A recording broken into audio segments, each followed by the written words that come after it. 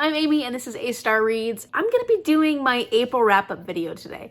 And I know it's already June, but I was gonna combine my April and my May wrap-ups, but I've been finding, especially because this last end of my school period, which I'm done now, I'm done, it's been hard for me to film. It's been hard for me to get the energy and the desire to film. And so I think to ease myself back into it and get a bit caught up, I'm going to break up things into more bite-sized pieces. April was a very interesting month. I actually did read 19 books, even though it was a very slow reading month, but that's because I read 14 children's picture books. I read those for school and they were fantastic. It was fun to read them. I'm not going to talk about them in this video. If you're interested, I was thinking about doing a battle of the children's picture books, and I'm not sure how much interest there actually would be in this. So let me know in the comment section if this is something you might be interested in. If it's not, I don't need to do it. As far as books on my TBR, I finished 5 books in the month of April, and I'm gonna talk about those. Like 5 is very low for me, but like I said, I was trying to get out more videos that month, and I found that during school I can either do one or the other. I can either do videos or I can do books. And so videos won out. Okay, so the first book I want to talk about, which feels like I read it a long time ago, which I guess it was The Guernsey Literary and Potato Peel Pie Society by Mary Ann Shaffer and Annie Barrows. And this one I was especially interested in because, well, for one, I love historical fiction. I really do. I haven't been able to read as much lately as I normally like to, but I'm a big fan of historical fiction. Secondly, I loved the movie. I watched the movie on Netflix originally and just loved it, absolutely loved it. So I was very curious about reading the book and seeing how different they were.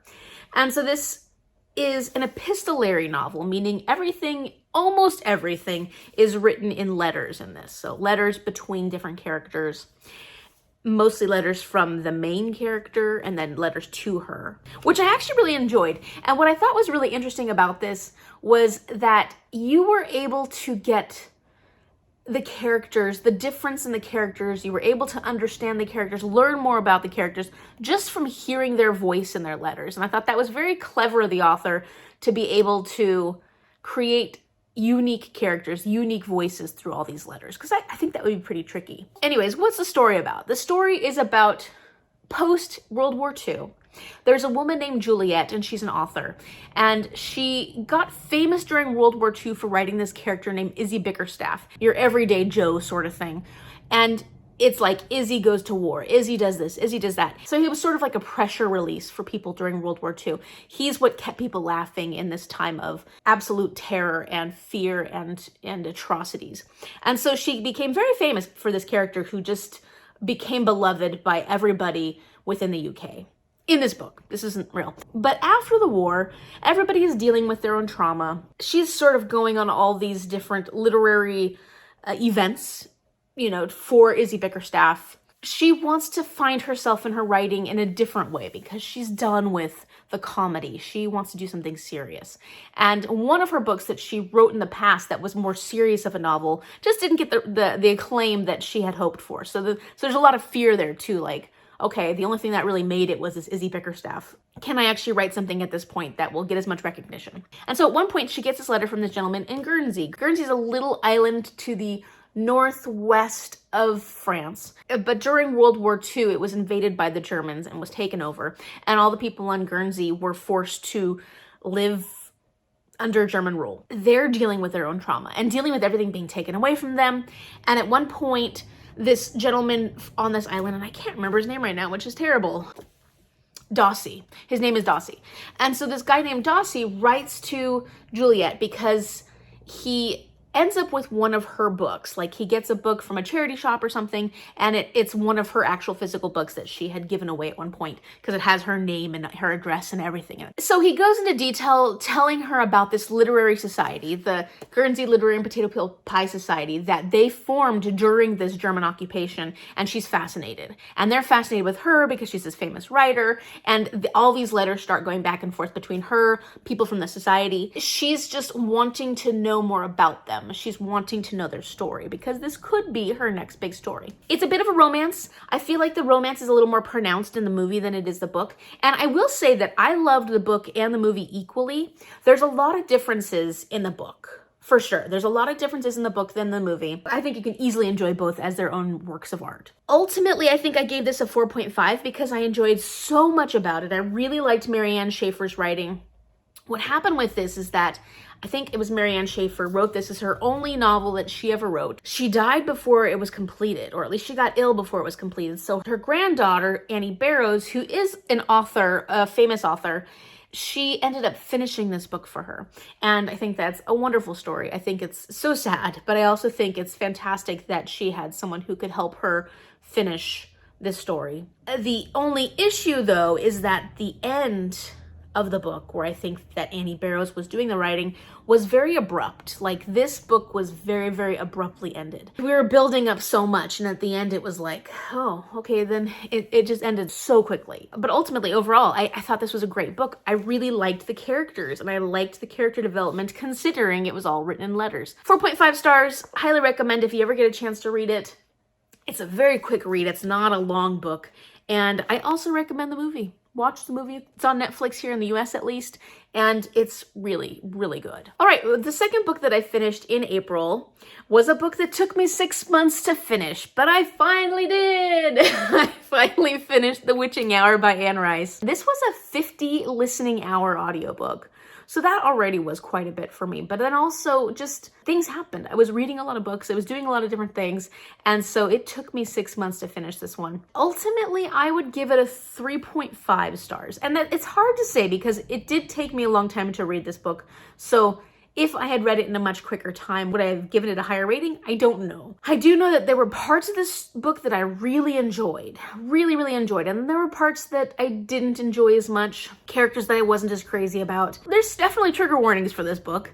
And some of the things just make you uncomfortable. I was like, ugh, kind of icky, you know? And so I'll get into that a little more. So this book is about the Mayfair witches. It's a long line of witches, and they wouldn't call themselves witches, but other people have called them witches. So when we start the story, we're following Rowan Mayfair, and she is going to be the most current head of the Mayfair line. But she doesn't know anything about it because she actually, as a child, was sent away to be adopted and raised by her cousin. So she lives in California, away from all the family members in New Orleans. She's never been allowed to know anything about the Mayfairs. She's never been allowed to know anything about her mother, her grandmother, anybody. It's like she wasn't allowed to know about anything. She's this incredible surgeon in California, and her powers are that she has this sort of diagnostic sense. It helps her in her medical work because she can look at a person and be like, oh, they have this tumor, and she just has to she just can sense it. That she can sense what's wrong with people. She can sense when things are going wrong. It's almost like her own internal MRI, X-ray sort of thing. And so that actually makes her really good at her work, but she also has the ability to do bad things with her internal diagnostic sense ability. Then there's this character named Michael. He's actually from New Orleans originally, but he's this architect that lives in California. At one point, he is walking along the ocean side in San Francisco, and he gets pulled out to sea. Like a wave crashes on him and he gets pulled out to sea or something. And Rowan saves him. And he doesn't realize that Rowan saves him. He's kind of out of it, and, you know, he's almost died. He came very, very close to death. She saves him, and from that point on, when he's doing his recovery, he has this sense that he never had before with his hands. So when he touches things, he sees all the memories of all the things he's touched. He touches a person, he knows their truths, their secrets, everything about them, and everything that's happened to them. So he can't touch things without being affected by all these memories. And so he wears gloves all the time. So anyways, he's desperately wanting to find out about Rowan because he just knows that someone saved him, but he doesn't know who it is. And Rowan kind of really desperately wants to know about him because there was some strange connection that they felt when that situation happened. And so ultimately they end up meeting, they fall in love. And I know this seems like I'm giving a lot away, but this book is over 1,000 pages. So trust me, I'm not giving anything away. Now that's sort of their story. And Rowan's trying to figure out this whole Mayfair family stuff. Now, in the meantime, you meet a man named Aaron Leitner, and he is a member of the Talamasca, which is like this order of scholars. I would say they're kind of like scholars, but they're magic scholars in the sense that they all have special abilities, and they are keeping track of all the different, not just like witch lines, they're keeping track of all the different family lines or people in the world that have some kind of magical ability, have some kind of power. And so there have been numerous historians that have been following the Mayfair witches ever since they first originated in Scotland.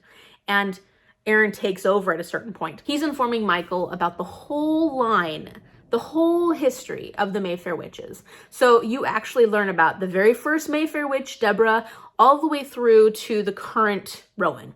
And this is one hell, one hell of a recounting. Because, I mean, that is like a huge portion of the book is just going over this history. And it's fascinating. And I would say that that's probably the most interesting part of the book.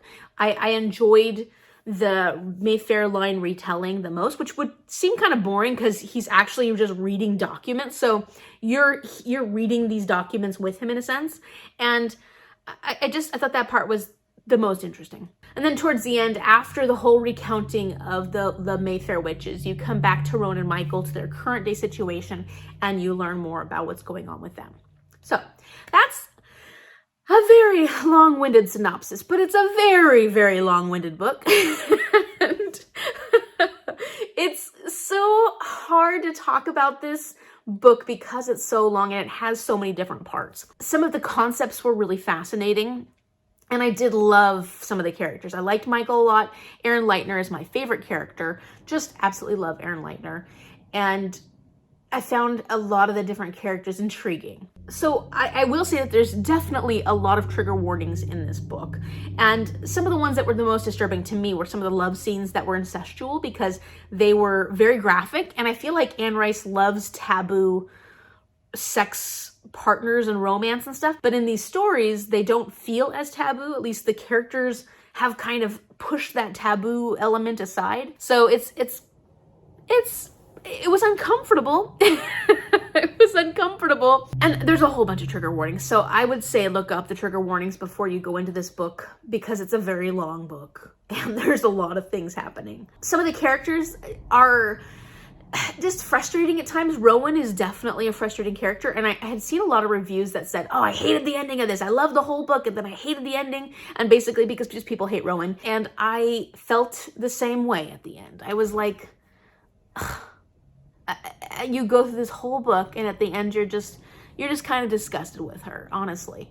And I guess that could be a little spoilery, but it doesn't give anything away. It just says that she's a character that you don't really like, and it's kind of confirmed at the end. You just don't really like her. I don't know what else to say at this point. It was an interesting audiobook. I did not like the narrator at the beginning, but I listened to her for so long that I eventually didn't have any problem with her. I didn't like her inflections in the beginning, but I feel like she did great with her accents. Another thing was, I got really lost in some of the description about the architecture in New Orleans. And granted, I love architecture. I love going on tours, architecture tours.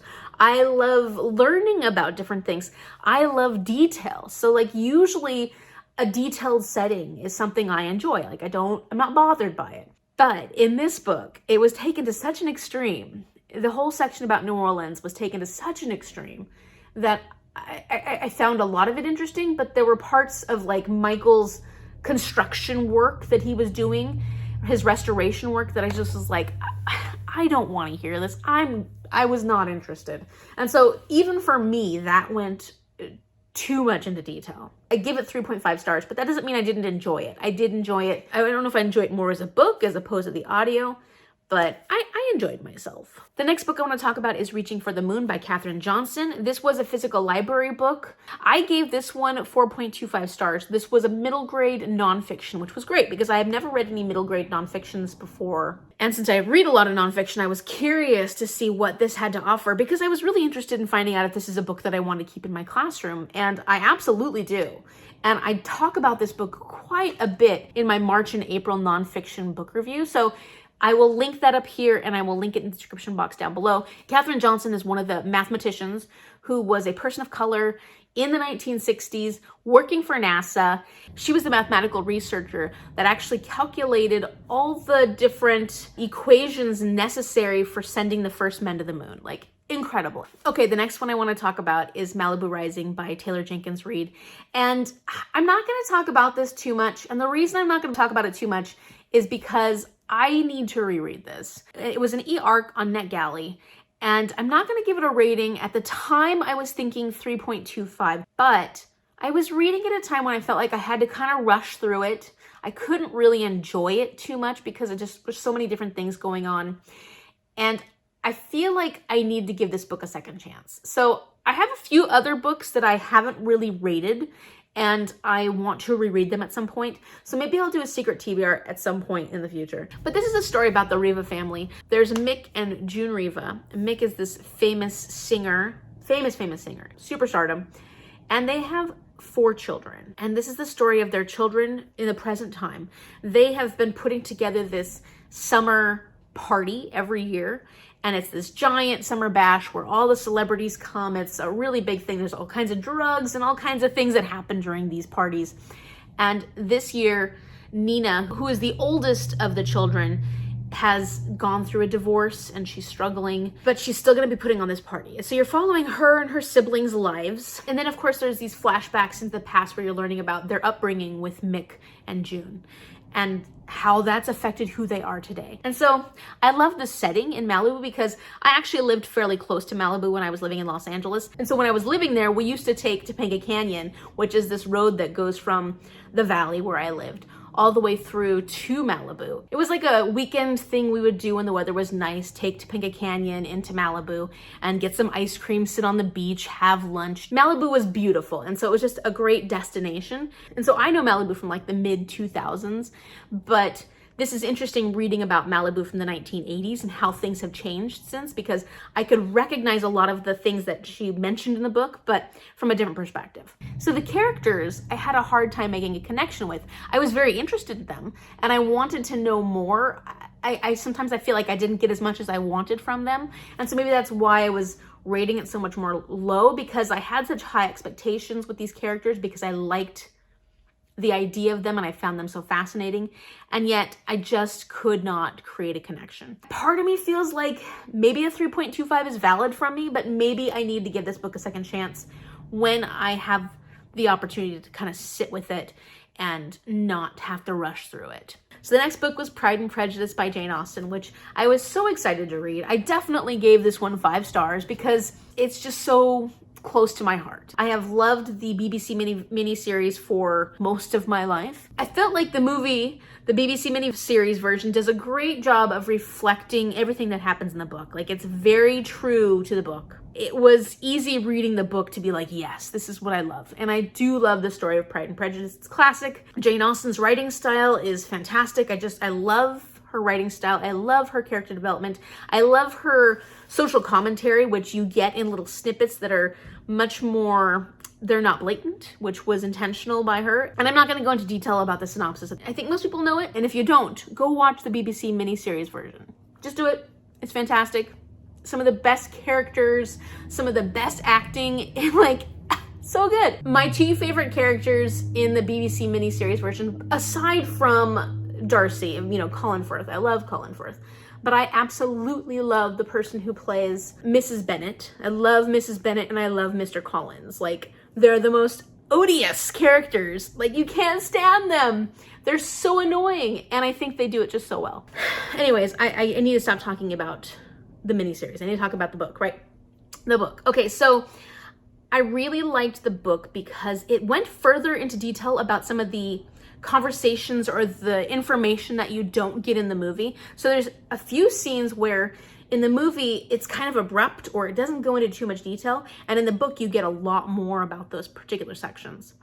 One of the things I liked more in the show was that some of the scenes of dialogue were more in depth in the movie than they were in the actual book. Or I should say, in the book, she says there was a dialogue between these 2 characters about this, and she kind of describes briefly what the conversation was about. Whereas in the show, you get the actual dialogue, the conversation. And there were times when I really wanted that from the book. I wanted the in-depth conversation. Like, you're telling me there was a conversation between these two characters, but I want to actually hear the conversation between these two characters. So there were a few times that Jane did that, and I was kind of like, wait, those were really important scenes that I wanted to know more about. In some ways, there was a lot more depth to certain parts, and then in other ways, there was a dearth in content when it came to dialogue. In the BBC miniseries version, Lizzie Bennet is annoying, you know, she's annoying. She's Pride and Prejudice, they both are. And yet I wasn't irritated by her the whole time. I still really liked her as a character. In the book, she is way more annoying. And it's not until the very end that I started liking her character in the book. I felt like Darcy was fairly similar in the book. Like, he was just as troubled in his pride, but he still was more likable, I think, than Lizzie was. Lizzie was probably the most surprising character to me in this book because I just was really frustrated with her for a good portion of the book. Yeah, and even Jane was a little more irritating in the book than she was in the show. So that was interesting. I still loved all the other characters really well, and I still love the stories. It was very much like the show that I fell in love with, so it worked out for me in a lot of ways. Okay, so I know that's a lot, and I know that I only had 5 books to talk about, and I still was able to talk for a very long time. But if you've read any of these books, let me know in the comment section down below what you thought, what kind of rating you gave them. And if you like this video, give me a like and subscribe so you can see what books I read in May, because I will hopefully be doing a May wrap-up very soon. Thank you so much for watching. See you later.